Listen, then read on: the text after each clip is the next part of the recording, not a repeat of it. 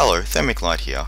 Go into any public place and in a civil manner pitch a conversation regarding feminist failings. Better yet, try and pitch the same conversation among familiar friends.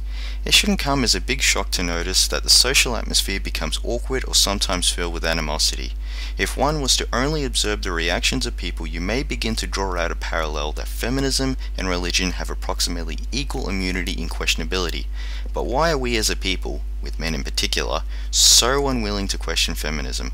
Well, if you haven't noticed already, then it is because whenever we do, we suddenly become misogynists, sexists, rape apologists, male chauvinists, whiners, and sexless losers.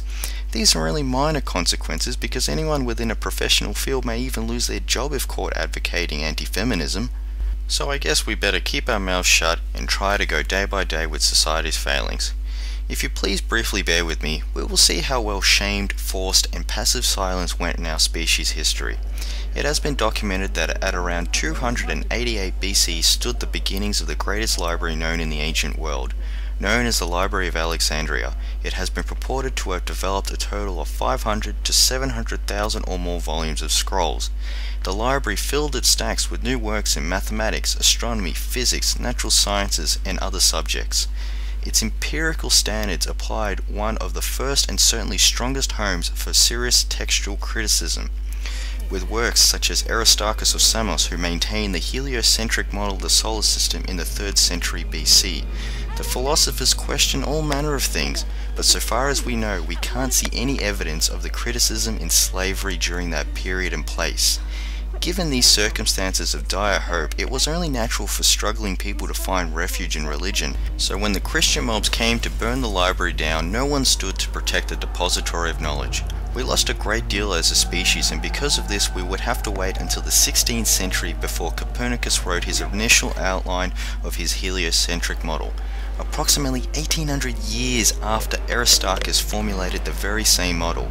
Yet this is only but one example of our lost and forgotten knowledge. We have all suffered dearly as a result of the destruction of Alexandria's library, a setback that was largely credited to the acceptance and silence of the injustice of slavery. I don't mean to give you all a history lesson, but I can't think of any other way to really explain the importance of questioning ideas and ideologies, especially those that don't wish to be questioned.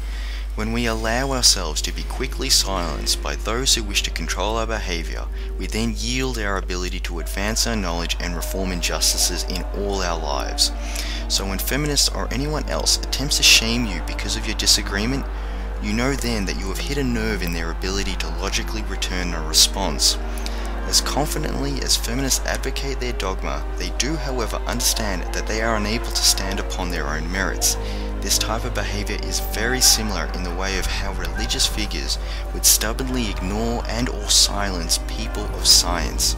If feminism and religion was to really support itself on its own dogma, it would have fallen over long ago.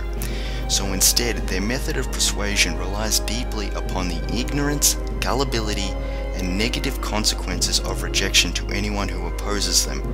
After all, they're both in the business of controlling what you think and say. Lawrence Summers, among many, is an excellent example of how just a hypothesis about the differences of men and women in top maths and sciences suggests men may typically have innate but not superior advantages in said fields. But no, the women at Harvard and feminists around fervently objected in offense to it, all because they felt that it implied that women were inferior in math and science. They all blew it out of proportion and willfully misinterpreted his statements as sexism because they were thinking with their feelings. After several apologies and some time later, Lawrence then resigned as the president of Harvard. This people should be good evidence of how damaged our society is. When people in high positions in academia, people who should be in the business of questioning, is then shunned and turned into a pariah over a hypothesis developed not from personal opinion, it then should be noted in mind that something needs to be done, if nothing else but to make greater public awareness of these circumstances, so that people like Lawrence aren't left exposed to the influence of feminist shame and derision. Instead, with greater public understanding, we can help to defend people like him. This shouldn't be too difficult, and the results are already showing in our favor. It just all depends upon public support that is also followed by key people. It is about time that we stop passively accepting all this bullshit.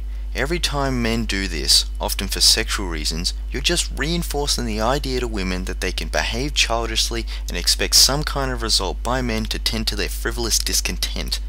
When we concede to bullshit, we are then effectively fucking things up for everyone. The same can be said for women who silently withhold their objections to the very same nonsense between other women and manginas. Because while you may agree with me in this context, it is however useless unless you voice your opinion.